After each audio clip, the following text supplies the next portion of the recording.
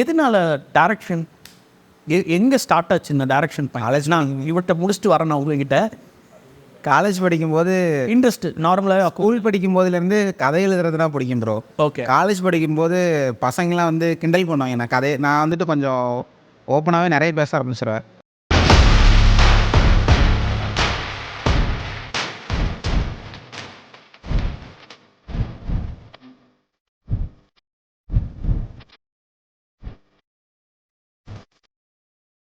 First வந்து எதுக்கு ஜோக்கர்ஸ்னு பேர் வச்சிங்க? அது ஃபஸ்ட்டு இது வந்து 2/33 Part 2 அப்படின்னு தான் டைட்டில் வச்சுருந்தேன் ப்ரோ. ஒர்க்கிங் 2/33 அது ஒரு வீட்டோட நம்பர். இப்போ ஆல்ரெடி பார்ட் 1 இருக்குது. அது ஒரு 9 நிமிஷம். இந்த கான்செப்ட் ஓகே. சும்மா ஒரு வீட்டுக்குள்ளே போனதுக்கப்புறம் அங்கே நடக்கிற வேறு பிரச்சனை ப்ரோ அந்த கதை. அதே மாதிரி இதுலேயும் வீட்டுக்குள்ளே போனால் கூட நடக்கிற வேறு பிரச்சனை. ஓகே. ஒரு கோஸ்ட் மோஸ்ட்லி உங்களுக்கு இந்த ஹாரர் சப்ஜெக்ட் தான், த்ரில்லர் தான் ப்ரோ இன்ட்ரெஸ்ட்டு. த்ரில்லர் அதில் வந்துட்டு ஹாரரும் கற்றுக்கிறேன். இதை வச்சு எப்படி நம்மளால் பண்ண முடியுது அப்படின்ட்டு நம்ம அதுக்கு ஆப்ட் ஆகிறோம். டெஸ்டிங் கரெக்டாக வச்சுக்கிறீங்க. ஆமாம் ஆமாம். ஆக்ஷன் த்ரில்லர் தான் இன்ட்ரெஸ்ட் ப்ரோ. ஆக்ஷன் நம்மளால் பண்ண முடியாது. அது கண்டிப்பாக ஃபைட் மாஸ்டர்லாம் நமக்கு இருந்தால் தான் ஆக்சுவலி இருக்குது. நான் சொல்கிறேன் பேசுவோம். பேசிக்காக ஓரளவு நம்மளால் இதெல்லாம் பண்ண. ஆமாம், டெஃபினட்டாக பண்ண முடியாது. அதனால் ரிஸ்க் எடுக்க வேண்டாம். இப்போ சும்மா ஒரு ஃபைட் சீக்வன்ஸே எடுக்கிறோன்னா யாருக்கா எது ஆனாலும் நம்மக்கிட்ட செலவு பண்ணுறதுக்கு பைசா ரொம்ப இல்லை. ஓகே. அதனால் நம்மளால் என்ன முடியும், அந்த முடிகிறதுக்குள்ளே என்னெல்லாம் பண்ண முடியும் அப்படின்றத டீசெண்டாக ஏதாவது ஒன்று கொடுக்கலாம். கண்டிப்பாக. கிட்டத்தட்ட ஒரு 80% ஆஃப் ஃபிலிம் மேக்கிங்கில் வந்து கேமரா ஆங்கிள்ஸை அவருக்கு முடிஞ்ச அளவுக்கு அவரோட ஸ்டஃப் கொடுத்துருக்காரு. பட் அன்ஃபார்ச்சுனேட்டாக என்ன ஆச்சுன்னா சீனில் டெப்த்து இல்லாததுனால கொஞ்சம் அங்கங்கே நின்றுச்சு. புரியுது. நான் படமாக நின்றுச்சு. ரொம்ப ஃபோர்ஸாக பேசுகிறேன்னு நினைக்கிறேன். அப்படித்தான் பேசுவேன், அப்படித்தான் பேசுவேன். நீ பொத்திட்டு உட்கார்ற. அது அங்கங்கே நின்றுச்சு. அப்போ அவன் ரோஹித் கூட நான் டிஸ்கஷன் பண்ணும்போது அவன் என்கிட்ட சொன்னது, ஷார்ப்பாக சொல்லணும்னா இது ஒரு 30 to 35 மினிட்ஸ் மூவி தான், நிறையா இருக்குது, கட் பண்ணால் இன்னும் ஸ்பீடப் பண்ணுவானா, ஏன் அவங்க அது பண்ணலை எனக்கு தெரியலையே அப்படின்னு கேட்டான்.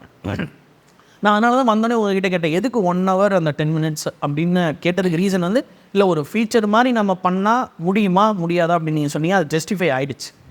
ஏன்னா நாங்கள் ஒரு படம் பார்க்கும்போது நீங்கள் என்ன ஐடியாவில் எடுத்துருக்கீங்க எங்களுக்கு தெரியாதுல்ல.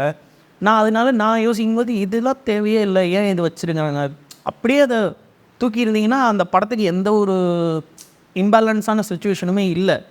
அப்புறம் எதுக்கு இது ஸ்ட்ரைட்டாகவே டிப்ரெஷனாக இருக்காங்க, காசு கட்ட முடியல, அந்த மாதிரி ஏதாவது ஒன்று சின்னதாக வச்சு டப்புன்னு முடிச்சிருக்கலாம்.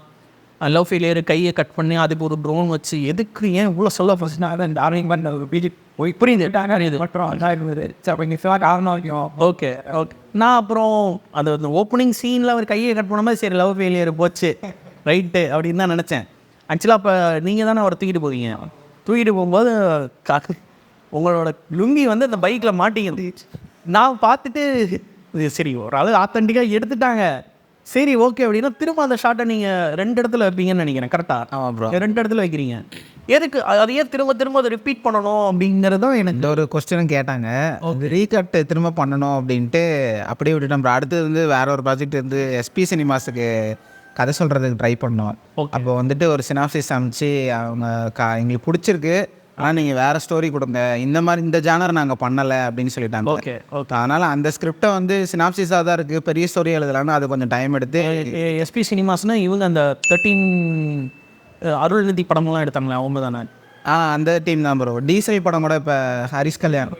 ஏன்னா அந்த இடத்துல அது அந்த ஃபஸ்ட்டு பார்க்கும்போது கரெக்டாக இருந்துச்சு. ஏன்னா கையில் கட்டினா அது ஒரு பெரிய பிரச்சனை. அது இது வரைக்கும் அப்படியே டைட் ஆகிடும், இல்லைன்னு நம்ம அது கொஞ்சம் லூஸ். ஆமாம் ஆமாம். அது மாட்டும் போது சரி கரெக்டாக இயல்பாக அதை அப்படியே வச்சுருக்காங்க. அவசரம் ஓகே புரிஞ்சிச்சு, அது போச்சு. திரும்ப அது ரிப்பீட் ஆகும்போது எதுக்கு அப்படின்னு அதுக்கடுத்து ஏன் மறுபடியும் என்ன ஆச்சு உங்களுக்கு அப்படிங்கிற மாதிரி இருந்தது. அப்புறம் அதே மாதிரி அந்த நர்ஸ் வந்து இவரோட கசின் வந்து கேட்பாங்க செய்வாங்க. அப்போ அந்த ஒரு விளாகிங் செக்மெண்ட் மாதிரி நீங்கள் அந்த யூடியூப் இதுக்குள்ளே போகிற மாதிரி வச்சு திரும்ப அதுலேருந்து வெளியில் வர மாதிரி தான் கான்செப்டாக வச்சுருந்தீங்க. கரெக்டாக அந்த யூடியூப்குள்ளே போய் அந்த விளாக் வீடியோ அப்படியே அது எஸ்டாப்ளிஷ் ஆகிற மாதிரி திரும்ப அந்த யூடியூப் வீடியோ வெளியில் வர மாதிரி தானே, அதான ஐடியா? ஆமாம் ப்ரோ. பட் ஆனால் அது வந்து உள்ளே போகும்போது கரெக்டாக இருந்துச்சு, வெளில வரும்போது மிஸ் ஆயிடுச்சு. அது நான் கொஞ்சம் டெக்னிக்கலாக அந்த இடத்துல கொஞ்சம் நம்ம டேரக்டர் கொஞ்சம் படம் எடுக்கிறனால அந்த உங்கள் ஐடியா எனக்கு புரிஞ்சிச்சு. ஸோ ஒரு சொல்லும்போது யூடியூப்குள்ளே போகிறாங்க. அப்போ அந்த எங்கேயோ பார்த்துருங்க அப்படின்னு அந்த பொண்ணு கிளிக் பண்ணது உள்ளே போகுது. திரும்ப அதை பார்த்துட்டு இவரை பார்த்து முறைக்கும், ஏன்டா நீ இப்படி பண்ணிக்கிட்டு இருக்கிறியா, அவன் தம்பச்சின்னு இருக்கிறியா அப்படிங்கும்போது அது வரைக்கும் எல்லாமே இருந்துச்சு. திரும்ப வெளியில் வரும்போது அந்த இடத்துல வந்து கொஞ்சம் மிஸ்டேக் இருந்த மாதிரி எனக்கு ஒரு ஃபீல்டு தான் அது. அக்செப்ட் பண்ணிக்கிறேன். ஆமாம் ஆமாம். ஓகே, ஒரு டிஸ்கஸ் பணம் முடிச்சுட்டு எல்லாம் பார்த்ததுக்கப்புறம் திரும்ப ஒரு டிஸ்கஸ் பண்ணோம். இப்போ வந்துட்டு ஒரு 40 மினிட்ஸ்க்குள்ளே கட் பண்ண முடியுமா அப்படின்னு கேட்டாங்க.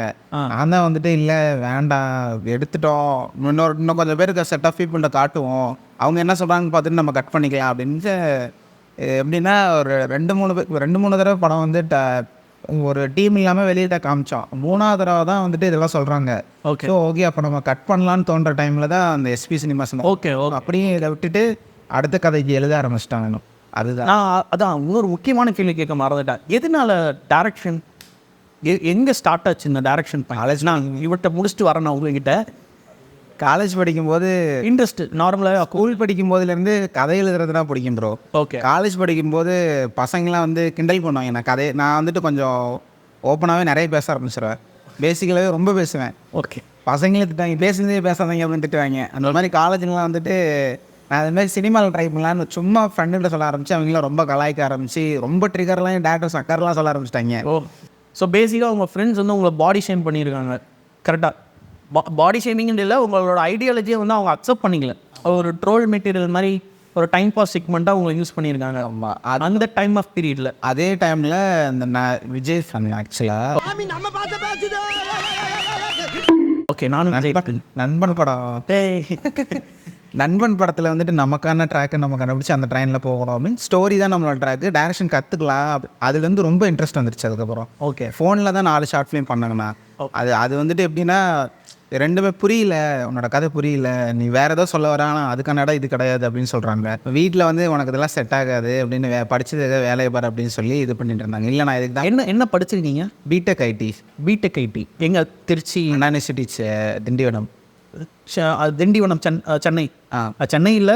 ஓகே ஓகே சென்னை மாதிரி. ஆமாம். ஓகே.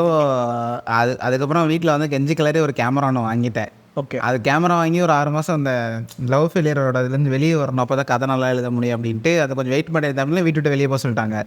வீட்டு வெளியே போய்ட்டு சென்னையில் போய்ட்டு திரும்ப படிச்சிருக்கே வேலை தேடி திரும்ப ஷார்ட் ஃபிலிம் எடுக்கிறதுக்கு என்னெல்லாம் திங்ஸ் வாங்கணுமோ அதெல்லாம் வாங்கிட்டேன். கிம்பல் ஒன்று வாங்கினேன். ஓகே. அப்புறம் லைட்டிங்ஸு ட்ரைபாடுன்ட்டு வேலைக்கு போய்ட்டு வாங்கி அந்த செட் ஆஃப் டைம்லேயே டீமையும் அரேஞ்ச் பண்ணிட்டேன். ஒரு விஷயம் கேட்குறேன், தப்பாக எடுத்துக்க. நீங்கள் லவ் பண்ண பொண்ணு கல்யாணம் ஆயிடுச்சா?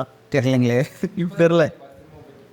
ஆனால் கல்யாணம் ஆக போகுதுன்னு சொல்லி தானே பிரேக்கப் பண்ணியிருக்காங்க. இல்லை இல்லையா? நார்மலாகவே செட் ஆகலை. நார்மலாகவே இல்லை எக்ஸ்ட்ரா ஆம்பிஷனுக்கு தெரியல. ஓகே புரிஞ்சிருச்சு எனக்கு. அப்படியா அந்த தொடர்ச்சியாகவே எல்லாம் ஃபெயிலியர் ஆகுது. இதை ஒன்றையாவது நம்மளால் எதுவுமே முடியாது அப்படின்ற ஒரு செட் ஆஃப் டைம் வரப்போ நம்மளால் இது முடியும், ட்ரை பண்ணலாம். கண்டிப்பாக அதுதானே நமக்கு. நம்ம ஒரு நம்பிக்கையில் தான் ஒர்க் பண்ணுறோம். அது மற்றவனுக்கு அப்படி தான் பார்ப்பானுங்க. அதுக்கு வேறு ஆப்ஷனே இல்லை. ஏன்னா ப்ரூஃப் பண்ணால் தான் அவன் வந்து நம்ம சொல்கிறத காது கொடுத்து கேட்பான். அவர் எஸ்கே ஒரு இதில் சொல்கிற மாதிரி தான், இந்த உலகம் ஜெயிச்சிருவேன்னு சொன்னால் கேட்காது, ஆனால் ஜெயிச்சவன் சொன்னால் கேட்கும். ஜெயிச்சுட்டு பேச அப்போ தான் கேட்பானுங்க. அது உண்மையாகவே அது கரெக்ட். இப்போ ஓகே, அங்கேருந்து டேரக்டர் ஆகிட்டீங்க, அதாவது ஷார்ட் ஃபிலிம் எடுத்து கொஞ்சம் கொஞ்சமாக டீம் இருக்குது. இப்போ நீங்கள் கூப்பிட்டா உங்கள் வார்த்தைக்கு மதிப்பு கொடுத்து வரதுக்குன்னு ஒரு செக்மெண்ட் இப்போ க்ரியேட் ஆகிடுச்சா இருக்குது. ஃபைன். இப்போ இந்த டீமுக்கு அடுத்து நீங்கள் என்ன பண்ண போகிறீங்க? இது வரைக்கும் உங்கள் 2 பேருக்கு நான் என்ன பண்ணியிருக்கேன்? ஒன்றும் பண்ணல. அதே தான் அவங்களுக்கும்.